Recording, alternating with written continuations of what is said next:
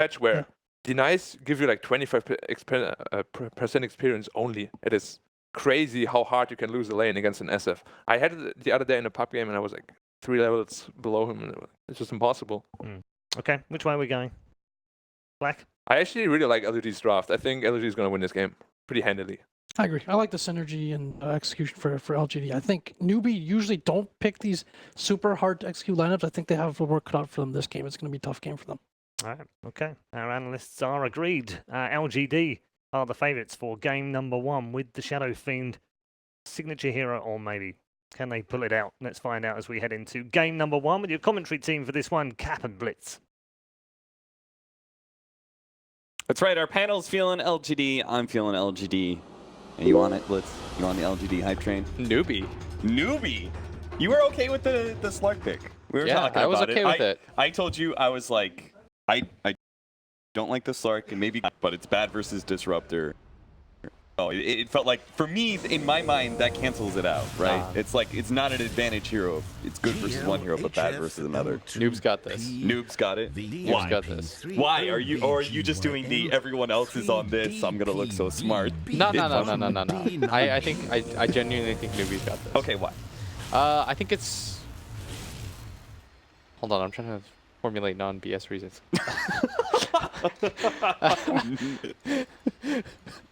And the fact that you're struggling to find non-BS reasons to support Newbee here is concerning to me. No, but I genuinely think they're going to play faster. They have very low cooldown abilities that they can work around. Yep. So I think they're going to be more mobile on the map.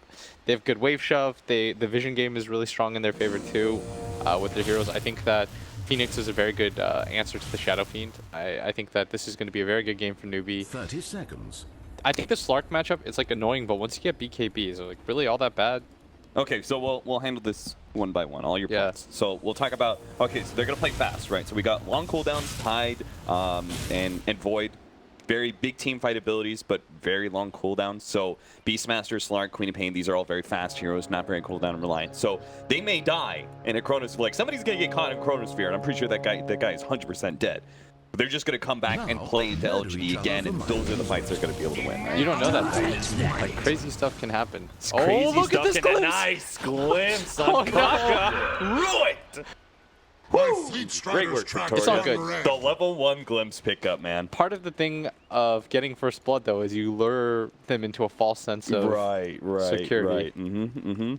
Plus, it was the Disruptor that got the last hit. That is probably the least valuable hero. Exactly. So all of these factors, it strengthens... And he has glimpse level 1 now. Yeah. Haha, you've fallen into my trap. It strengthens my arguments even more. No longer have Thunderstrike for harassment. Mid is going to suck, though, for iceiceice. Like, yeah, that's not looking great. That's like a 20 soul SF already. Oh, yeah, I guess the soul. If there wasn't the soul count, this lane would be fine, right? Because Ogre is better than Clock in lane. Ogre is really nice to harass out. Bottom lane we are going to see, as you see our beautiful lane split setup. Moogie and Kaka as the Slark Phoenix matched up against the Void, as well as the Disruptor. This lane, I don't know, you think this one goes even? It's okay. I think the Slark should be able to get farm. Especially neither one has kill power against the other carry, most likely, right? I mean, Disruptor's got Glimpse level 1, so it's very unlikely that he's going to do much. So that just leaves our top lane, which Black was saying, Tidehunter really good versus Beastmaster, both in lane as well as the fact that you can't really be targeted by the Primal War burn down because you've got Kraken Shell. I think that this one, I don't know, it's looking a little bit rough for noobs. Yeah. This mid matchup though going really well for the SF right now, 8-17. Obviously this is. He doesn't actually have 17 less denies, but... Moogie has rotated up to top lane, but that's not because the lanes are, like, Beastmaster going against Tide is not what they want, but Slark versus Tide is really what they want in lane, right? Yeah, that's a much better matchup for them overall, but even that's not super ideal. Like, Tidehunter thrives in these kinds of scenarios, because the thing is, even if you kill FY, I think the cost is a little bit too high. Yeah. And they don't have any stuns or anything like that. Like, Moogie can jump on him for sure, but their best way to deal with this Tidehunter is this Sunray, and I don't even know if he's worried about it because he got 6 tangos. He has 2 levels now of the anchor smash, so it's going to be harder for Newbee to farm. Maybe like, if they dealt with it at level 1. Yeah. And this is a level 1 tie, but it's a big difference. Now he's level 3 and has that big anchor smash and Kraken shell up. And the issue too is like you saw that Faith instantly. He's supposed to be the zoner, right, in this game, but he instantly had to go mid because without even checking, he knows that the SF is going to do the cogs trick. So the SF just gets 30 damage for free. Like nobody can lane against that, so he knows he has to be there. But with the clockwork kind of matching his rotations, it just leads like all of the lanes winning in favor of LGD early on. Of course, Dota is not like purely based around that. Like the team fights are going to matter more, but as far as like early starts go, it's pretty promising for them. Like they already have almost 3 out of the top 4 CS. Yeah. Pretty dominantly so. Like this Beastmaster has absolutely nothing compared to the Tide. This Beastmaster would love to have this Tide slowing game. down double here. Faith is going to come in, try and get a kill onto FY. Now FY turns and fights Moogie, forcing him back, but the burn damage is so much from the Phoenix, they might still be able to get the kill on 48 HP, but Faith is unable to do any more damage without the Ignite up, so Newbee do have to give up on that kill. It sounds to me, Blitz, like you're coming over to the dark side. Nah, dude, I don't Leaning backtrack. towards LGD. I don't backtrack. I stick to my guns. You know who does backtrack now, though? Who? LGD's Faceless Void. So maybe you should think about it. Oh, that's right, the 25% backtrack. That's pretty cool. Has anybody gotten it yet? I haven't seen it. Okay. FY, again going to be gone on. Man, that Sunray does so much damage, but it's still not enough. And this is why we were talking about the levels are important. We just had them matched up against that Tide from the get-go. Maybe they would have actually been able to get these kills. Faith is just YOLOing in on in to LGD here, getting blocked out by FY, and he's into the tower range for one pure shot. That's enough to be able to get the open kill 2-0 now. And in mid, iceiceice, I mean, he's trying his best right now to get into like this trade war with the Seraphine, and he has done a very good job. Lock him inside the cogs, getting good battery assault damage. They need the RNG. The battery assault sticking on to KP, and they're going to dive underneath the tower to make sure they get the kill. 3-1 now. The Tidehunter does die the top lane, and SF dies in mid. Whoa, back-to-back kills there. Picked up by Newbee. Significantly turning around this lane phase for them. Yeah, the hasted Queen of Pain with the help of the Ogre is enough to secure the kill on the Seraphine, and this is like the one really nice bright spot for Newbee is that despite the cogs trick, this Queen of Pain is doing very well for herself. She does have 2 of the stack counters, so you've got to be careful. Like, I played against this the other day. I think... Yeah, you were... I was really surprised. You got a surprise death. Back-to-back kills? Yes, maybe he's dead. This would be huge. He just TP'd here, too.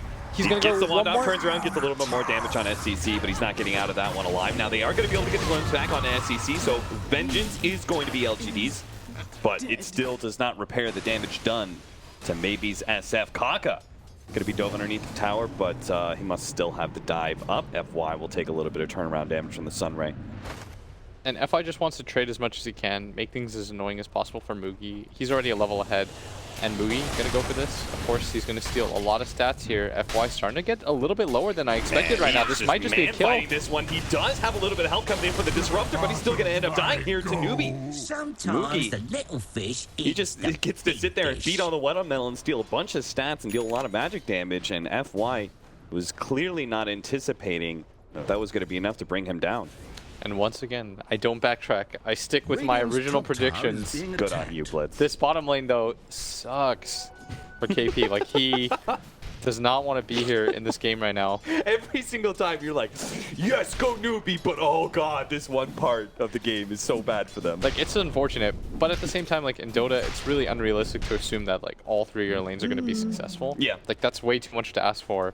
And the Beastmaster is going to be really good versus this team. We haven't talked about that, but Beastmaster versus Void versus SF, those are some value heroes to lane up against. Especially since against the SF, who's going to go for things like BKB later on, it's not going to matter. Okay, yeah, Faith is definitely dead, but the Sunray tournament does That allow is them a to pick lot up of one kill, damage. and maybe they can get even more. The dive barely clips the SF, it looks like, but it's not going to be enough for them to chase. Instead, they'll try and go for Victoria, and you get that kill, but another raise comes in from Maybe, able to take out SCC. Now they're going to chase for Kako. 1 Doesn't have second the dive. for his raise. Gush is up in his second here with the raise, long range raise, and the Gush. Oh, a 1! Kaka, you're not going to make it out, are you? Fire Spirit's a Fire Spirit! Doesn't happen. Doesn't happen. Unfortunate. But that's still a level 5 Phoenix. And he's going for it. He's going to try and get the kill on maybe, but SCC. no, there's no He chance. does, oh, he has it level 6. He just picked it off of the creep. If only he'd gotten that sooner, maybe the Sonic Wave would have been enough. Half a second sooner, but still, the Shadow Fiend has good move speed. Just gonna walk away backwards, grab the shrine. Maybe SCC is still looking for it, but Top lane now going for Mugi. Does manage to trap him inside the clogs with the Pounce already used. Now Mugi does have his ultimate. FY does have Ravage as well, so this is going to be a timing here. It's very important. FY holds on to the Ravage for now. that was a smart decision. It's way too hard, because if you see the animation coming, of course, it does hit a larger AoE, but Slark can almost always time it, right? As it comes out, like the spikes come out, you pop your Q, and if you expend Ravage just for the opportunity to kill the Slark, definitely not worth it. Now, would you say, do you ever, like, oh, the Slark's ulti is on cooldown? iceiceice? Yeah, they got him. That's going to be the first Chronosphere of the game. Maybe lines up his raises. Double raise hit. Maybe but not. Victoria does Victoria. not get off the glimpse before the blink is completed. And now he's completely out of range, only being level 4. So SCC is going to be able to make it out. Mugi, kind of caught here, does not have his ultimate for another 15 seconds. So he is dead. At least LGD get that much. Even if they fail on the kill on SCC, they get perhaps a bigger kill in Mugi's Slark. I don't know if it's a bigger kill. You need to slow down the Queen of Pain's momentum, because this hero is like heavily based around momentum. If you consider the fact that like level-wise, she just needs so many different abilities. Like oftentimes when certain mid heroes like will always have a comeback mechanic, but Queen of Pain, you know, you get 2 in the dagger, so you only have 1 in the blink, so you have 15-second blink cooldown. On top of that, like at this point in the game, you only have 2 in Scream of Pain, so you can't really slash. Faith is maybe turned around on here with FY and maybe both completing their TPs to this bottom lane. They're going to try and chase him down, but that's a Ravage. They are going to pull a Ravage for a kill on an Ogre. I guess maybe any kill is worth it at this point. He hadn't been using Ravage at all. And as you were talking about earlier, it's not really great versus Slark. So Jesus, what is happening? Kaka? He might just get run down here. Amit got extremely good luck. He's going to have to try and juke his way out. He's going to go TP out off of the base, and he's good. The TP out, that was sick. Off the face of the earth. How are you supposed to chase that? That's so I like how he's still sitting there, too. He's just, like, still kind of chilling out there. He's like, is he coming There's back? a hope of this. Like, what do you think, man? That guy actually... He's dead. They've got a haste on SCC, and they've got Sonic Wave. He holds on to both if they can get a kill later on. He... flat earth, man. He can't... Kyrie Irving was right. He was right all along. Must have been a Dota player. EOP had the right idea. I just don't understand how that's fair. Like, what are you supposed to do against that? Poor Void. Even if he walked up there, like, he would just bounce off the edge. Yep. I mean, to be fair, though, he got extremely double bashes. Yes. While Fire Spirited, too. He didn't deserve that kill.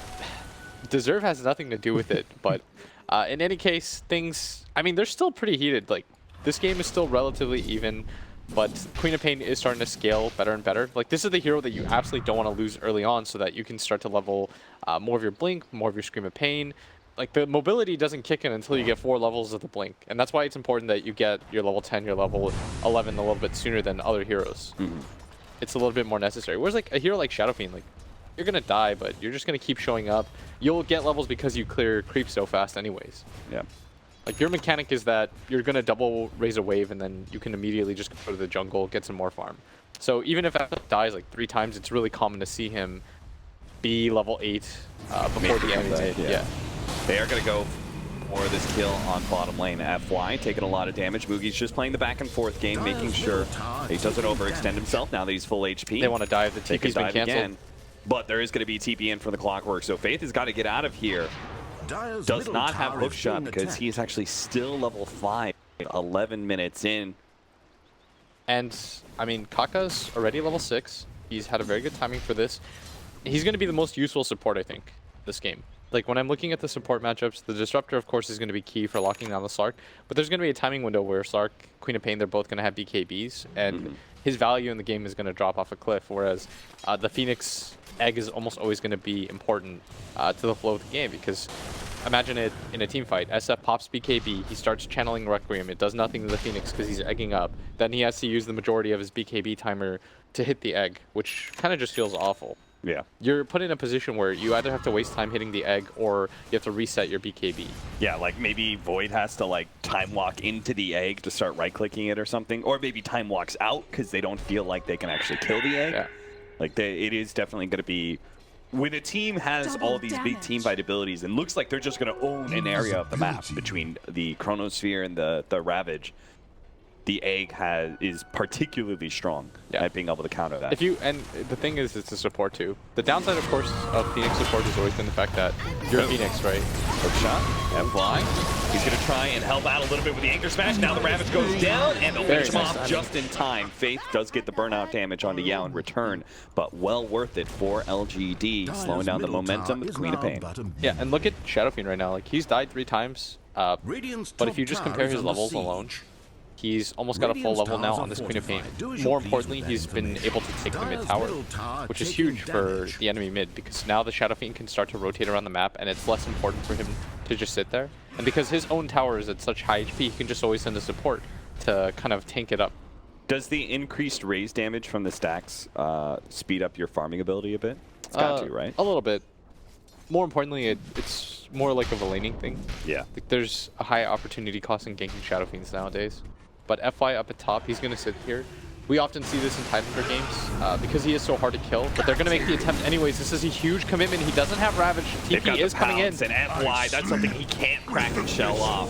And now Yao, who actually tried to follow that one up and help out. This is going to be with Yang being used mid lane. They're going to be able to kill SEC, but it looks like there is the successful kill on both of the heroes' top lane, which is going to turn into a tower. So probably worth it for Newbee all around, but still, the fact that LGD killed the Queen of Pain again, you said how important it is to slow down this hero's momentum. At least it's a trade-off of sorts. Yeah, and that's the main reason they were able to get both those kills up the top, because SEC made that aggressive jump forward. Like, I'm not saying that it was a good idea, but I think the idea was better than the execution, I should say. Because by him going for that, the Tidehunter assumes, probably rightfully so, that he's tanky enough that even if he gets roared, he's going to be able to crack it off. And if TPs come in, then they'll be able to make the turnaround play. But because SEC went on those 2 heroes mid, they can't TP up to help them, and in return they lose 2 heroes. And maybe LGD was assuming, like, oh, we're of course going to defend our Tide. Like, this is a tier 1 tower Tide. He can sit there indefinitely, but by making that rotation in mid, yes, he loses his life, but as a result, the rest of his team prospers. And in Dota, you always need somebody that's going to sacrifice their game a little bit. Yeah.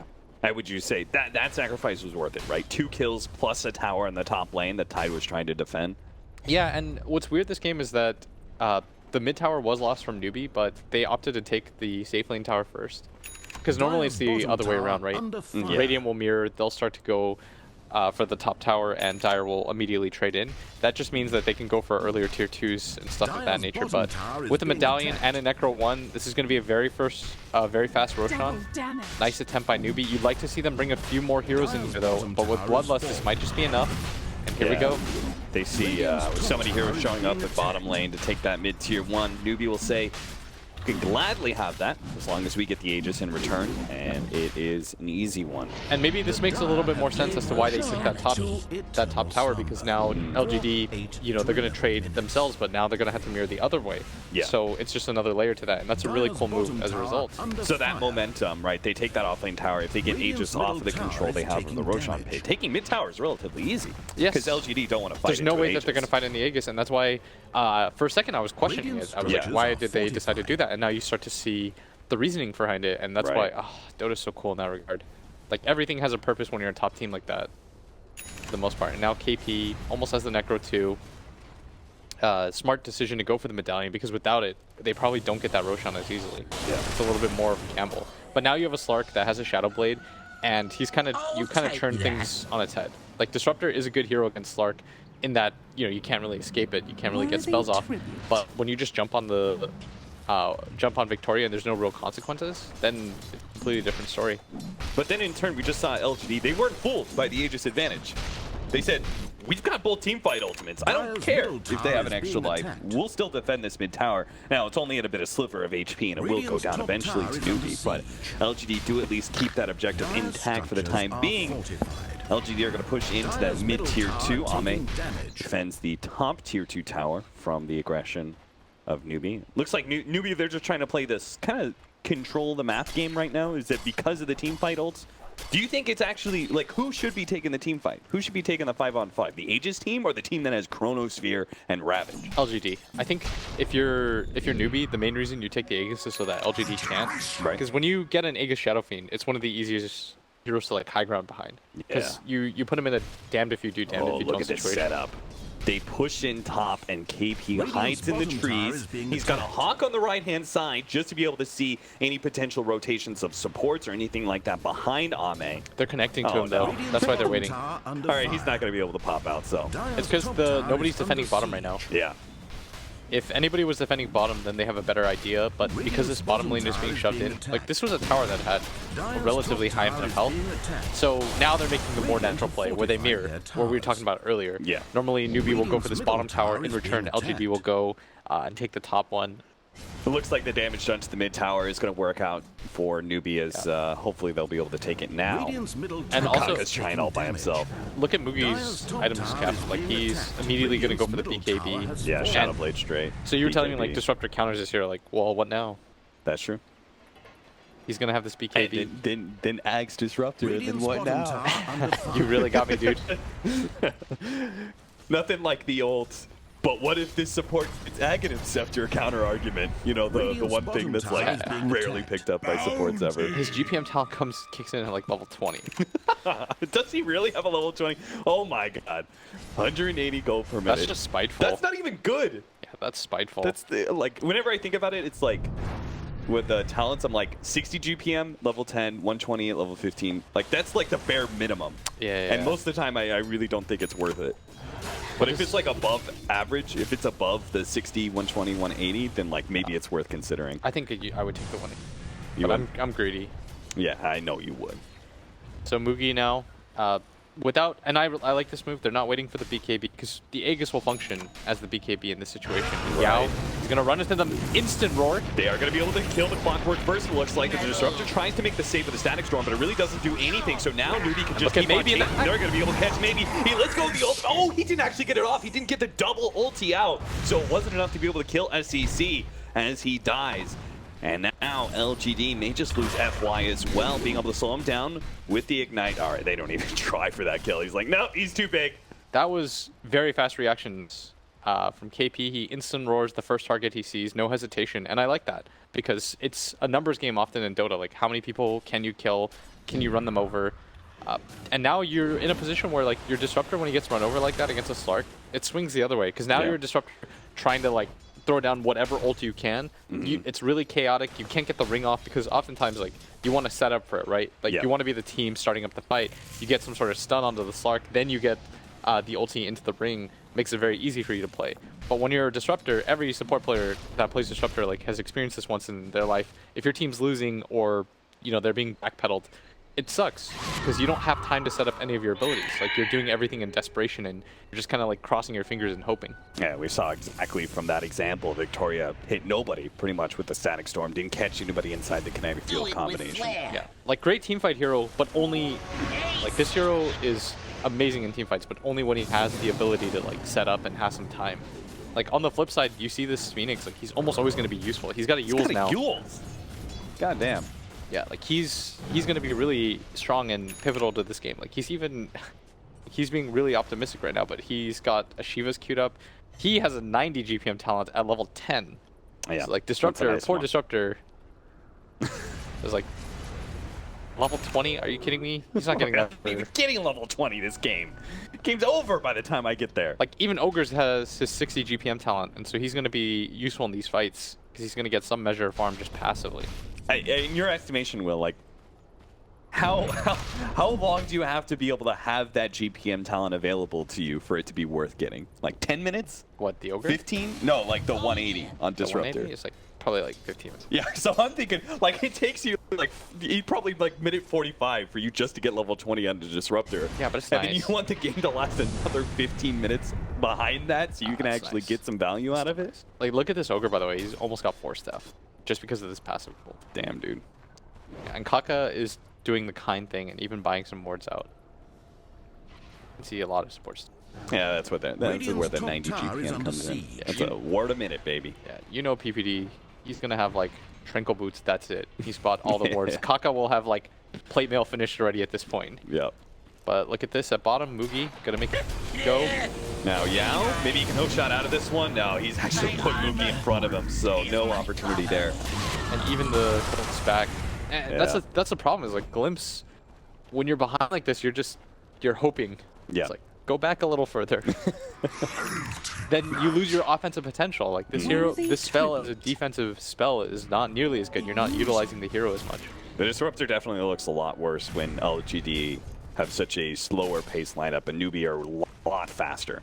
Beastmaster, Quad, these heroes are go, go, go, in your face nonstop. They're smoking though because the Aegis is done. Let's see what they can get right now. Ame is going to be the huge hero. He's going to get spotted out by the Hawk. And now a teleporting clock. Like, what?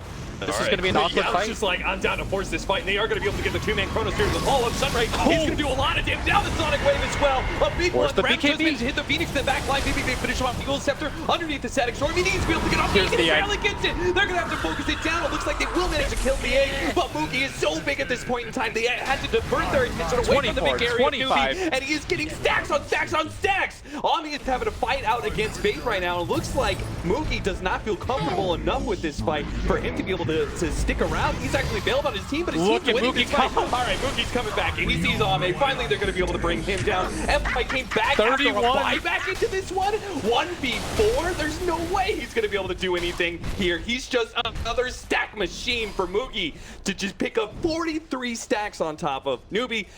They're going to be able to get this kill, right? What? No, they're going to let him FY's go. just too big? I guess FY is a little bit too tanky, but your Slark has friggin' 123 at He's going to kill Yao. Oh my so god, fast. Yao. He does manage to get the cogs pushed back barely off of the pounce. Moogie was not able to stick right on top of that clockwork. And FY is just, thank God that he was not spotted out by Newbee. Looks like they are going to be able to get the glimpse back on the face, so there's +1 for LGD, but that was a god-awful fight for them. Yeah, and that's the power of the Phoenix is when you have this support that soaks up so much of this attention. Look at how much the Sunray did in just the heals alone. Ame didn't. He pops his BKB. He doesn't do enough damage. Then Moogie pops his own BKB. Dude, look at this. The Phoenix barely gets the Static Storm goes down. He barely gets off the egg before Ame is able to get that one hit in, and that's just time where Moogie's wailing on FY.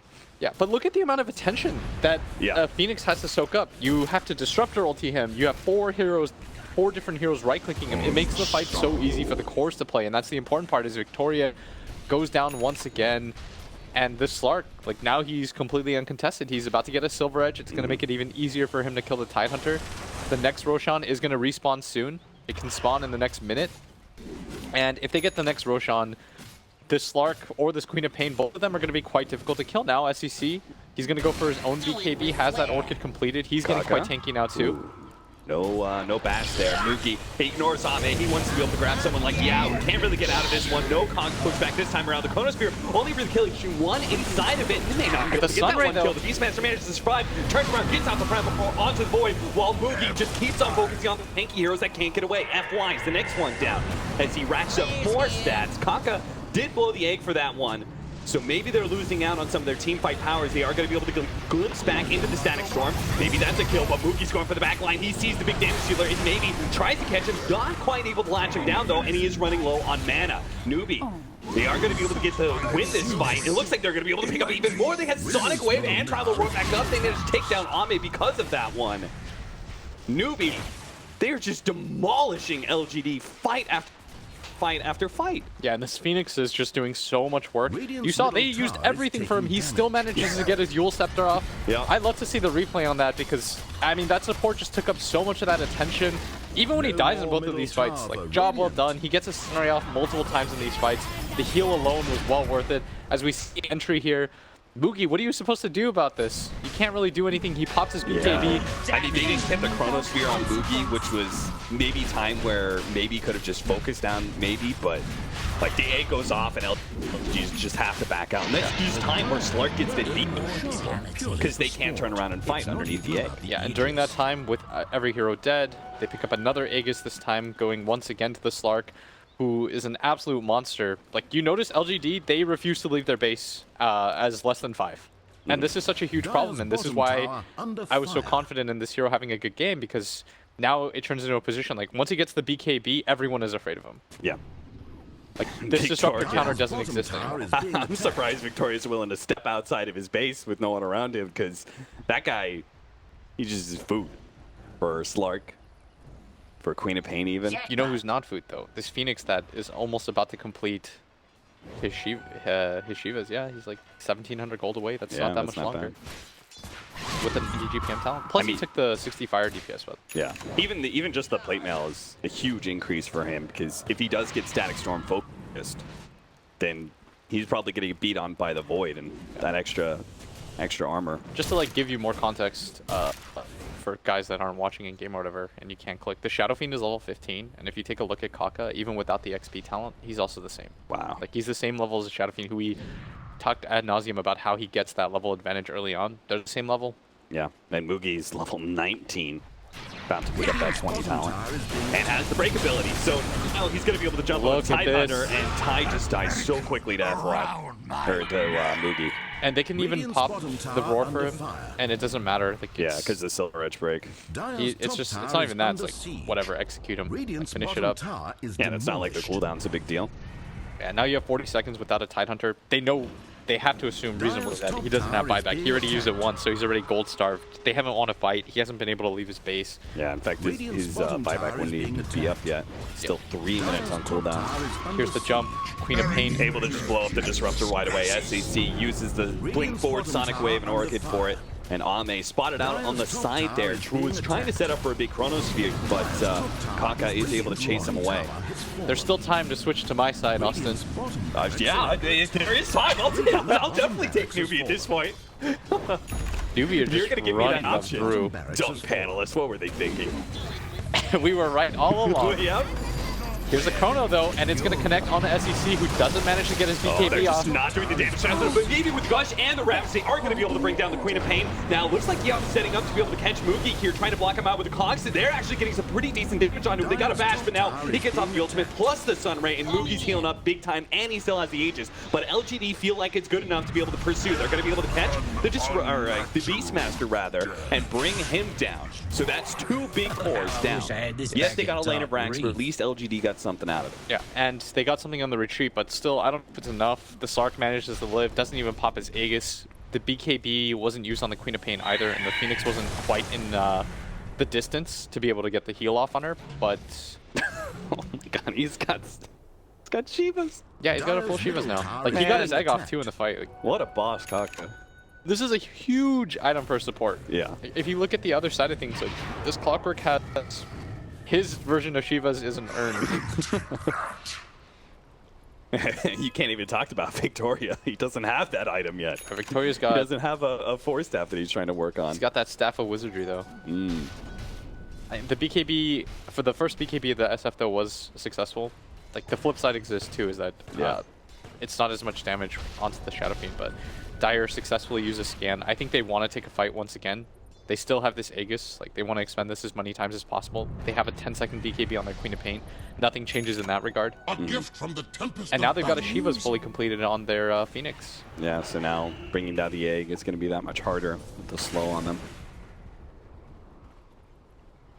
They're getting a lot of cheap items too. Like this Beastmaster's shortly going to pick up a Vlad's. Like these are all game-ending items. LGD, they're kind of centering up around their shrine. I wonder if even the shrine would be enough for them to be able to win this fight. Well, they're going to try to jump in Chronosphere onto 2. Looks like they're going to be able to bring down the Phoenix first, and that's huge. And they managed to get the Beastmaster at the same time. A great combination from LGD that's going to result in a 3rd kill in phase. The chase down Ame, hoping to be able to grab Mugi here. The hook shot is in. Mugi trapped in, turns on his ultimate, turns around, but blocked by FY. The Patos doesn't get him far enough away, and Ame's able to jump on top, but doesn't get the badge. Maybe Mugi can still get out of here with the Silver Edge. It's coming up. He gets the Invis running himself away, and he's out. He's got the Invis, they can't see him, he's regenning and moving way too fast. Yeah, and iceiceice, he bailed on that fight. He's like, guys, there's no way that I'm going to help you. There's not much that they can do. And we're starting to see, like, this Phoenix is like actually the real linchpin for this He's the team real fight. threat. He's everything for this team fight. Yeah. Like that egg has been so pivotal, as well as the Sunray. When they lose this Phoenix early on, like there's not a whole lot that they can do. Yeah, and maybe being able to take out the Beastmaster out of the fight was also huge because it meant he couldn't turn around and Primal Roar Ame while he was underneath that Chronosphere, effectively saving the Phoenix's life. Yes, very well done overall by LGD. I mean, 11k down and they have a successful fight. Yeah. That's huge for them. I don't think they're, and they did it without Ravage too. So it's not like Newbee are going to be so full of confidence that they're going to be able to win the next fight against LGD in the next minute, because you never know if that Ravage is going to be enough to be able to win it for LGD by itself. Yeah. And it's mainly because in mid lane, outside that fight, he wants to make this play. The breaks there. Plus the Orchid onto the Tide. He's not going to be able to fresh that one off. And Immediate push up. And up at top, if you notice too, Ame has been roared up. He's starting to lose some mana. on, but it looks like they are going to keep on diving into the mid lane. Victoria ends up going down. Now Mugi does have his BKB, but opts to tank the damage from the Static Storm, holding on to that magic immunity for now. Buyback from the Tide Hunter. Now the Tide is back. I mean, they chose their target so well. The hook shot in. He's going to be able to grab Fate. Maybe gets a double nuke onto Fate. Hoping to be able to bring it down easily. But Mugi comes in from behind. Manages to get the Ravage off of the Chronosphere. And lock down Mugi. A huge kill if maybe can actually finish him off. It's Ame who takes the kill instead. But Here's looks the like egg. Newbee, they're still going to fight this one out. The egg goes down. Jump forward from Ame, but they can't focus down the egg fast enough. The BKB timer is going to run out soon. And Ame, and immediately gets Orchid up before he can time lock himself away underneath the tier 3 tower. He dies. He buys back, but no Chronosphere. And only him and the SF to face down the 4 members of Newbee, taking down the tier 3 and now focusing Raxes. Yeah, Shadow Fiend gonna do his best. With the buyback committed, they really want to grab something from this. And now some stuns are flying in. Shiva's even gonna land. Nope. Self-Fuel Scepter from the SF trying to take down some of this. Ame, long jump in. Yeah, they want to at least get somebody out of this. Yeah, And they Faith got was the only Faith. person not smoked. Newbee, they turn around for half a second as if they're gonna go back for him, but it's only an ogre. Yeah, nobody cares. Not even LGD is not happy with that one either. You could see Ame with his level 20 time walk talent jumping very far forward, trying to find more heroes, but only finds Ancient Camp instead. Yeah. And even with the Slark being chronoed, you notice again, Kaka's the important hero here. Yeah. His ability to just like get a Sunray off, save the ogre in the initial engagement when they made their first jump without the chrono, and then being able to get the egg off perfectly placed behind so that they could chase in. That's what led to the Void kill. Like this hero has been everything so far. And now he's got the Icarus dive range, so he can sit even farther back if he wishes. 1400 cast range. Unbelievable. And he's got another 2600 gold. I wouldn't be surprised if he gets an Aghanims this game. Yeah, if he just continues to tank up. But no, Yeah. he's going to go for a very optimistic Hex. Wow. Scythe. You do the drive-by Hex. Yeah. The super far drive-by Hex. Now, the Void is trying to do whatever he can to counteract all of this single target, mostly Primal Roar, but maybe the Scythe of Ice will be a factor as well. Ame is trying to pick up a Linken's. No, he's not. He's going for a Manta instead. He had the Linken's queued up, but opted for the Manta. What are your thoughts? Is that the better item here? He just needs more damage?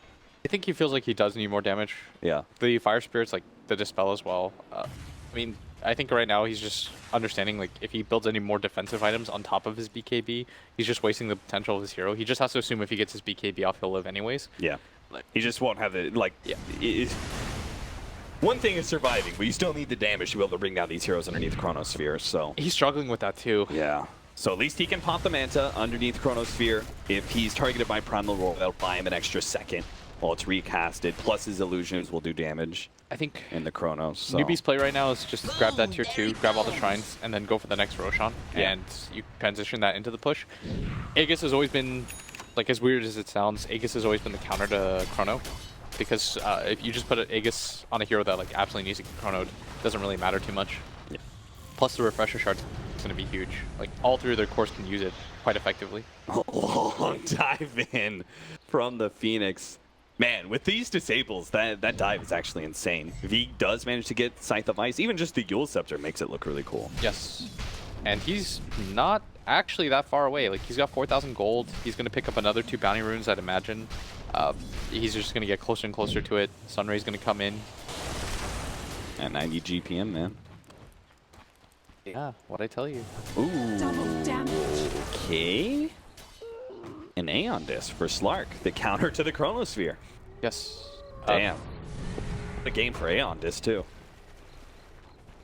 It's like okay though. It doesn't last long enough, but I think he's just hoping that he doesn't get bursted. That's the big part. Yeah, it's like very likely he'll be high HP when he gets chronos. And then even if it doesn't last all the way to the end of the chrono, it does at least mean he's not going to take a large share of damage. Once he gets BKB ult him down. Yeah. Once he gets BKB off and ulti, like you're unkillable. Yeah. So that's kind of what you're hoping for if you do get chronoed. But the next Aegis is here. They can't LGD afford to give really this up. need to contest this one, but they're just not there fast enough. And Newbee start pushing out, seeing if they can catch LGD out of position now. Slowing down with the Ignite is Faith, who's leading the charge right now. Not able to catch LGD, though. They will huddle back underneath their tier 3s. Looks like they may even just give up their tier 2s. Yeah.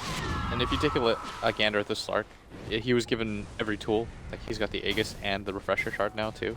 Oh, wow. Like they're pumping a lot in this hero, but the double BKB, double Silver Edge, double ulti is going to be huge for them. Like he's going to be nigh unkillable. And you'd imagine that to burn through the Aegis in the first place, they'd have to use Chrono anyways, or they'd have to use like their massive DPS abilities to begin with, like something like the Ravage from Blind into SF ults or something like that. Yeah. So if you have all these defensive abilities refreshed, like they're going to be hard pressed to kill him twice, much less once. So LGD, the odds are definitely against them, but create me a story for this next team fight where LGD do win it. Like, who do they need to go on? Who do they focus first? They need a Chrono. They need a Chrono the Phoenix and the Queen of Pain. Like, if they can Chrono both those two, kill those in that timing, then they've got a shot. Somebody else disables the Beastmaster then during that time, and they have to like simultaneously hook into a backline double Chrono. Yeah. And the SF needs to be untouched during this moment. Now, the Chronosphere just got a little bit easier to land as level 25 was picked up from the Void, and he got the increased AoE. We also saw our Phoenix, though, pick up the Scythe of Ice, so he's actually going to be super effective at catching out Ame. So it's going to be even harder for him to be able to get the jump first. Yeah, this was not a pipe dream game for Kaka at all. It wasn't. He just like, he's going to get his items. If it goes in the queue, you know it's coming out. All right, so Newbee are playing the control game right now with their Aegis. Boogie's just chilling out in front of the tier 3, taking every wave that comes in, making sure the top's going to be pushed in. The rest of his team is handling mid and bottom. Even Faith is not that underfarmed, by the way. He's got 4 staff and a Soul Crest. Yeah, he was actually pretty tanky. They tried to right-click him down earlier. Yeah. Now Shadow Solar Fiend, Crest. he's building into the data list. He understands, like, we just damage right now, guys. Like, our defensive items don't really need to be there. He doesn't need to get a Hurricane Pike or anything. Like, he needs to pump damage. Everything needs to go into this Chrono. Yeah, there's no way they win if they're being gone on, right? They have to be the ones setting the tone. But it's easy for them to jump. They have 2 different ways to do it, and this is going to be important. Comes back onto Mugi. They try to go for the Cox pushback plate. Now KP jumps forward and goes for Ame to make sure there is no Chronosphere. The follow-up Scythe of Ice. Ame's already down to half HP and the egg was used, but LGD have lost nothing for it, while Newbee have lost some significant big team fight ultimates.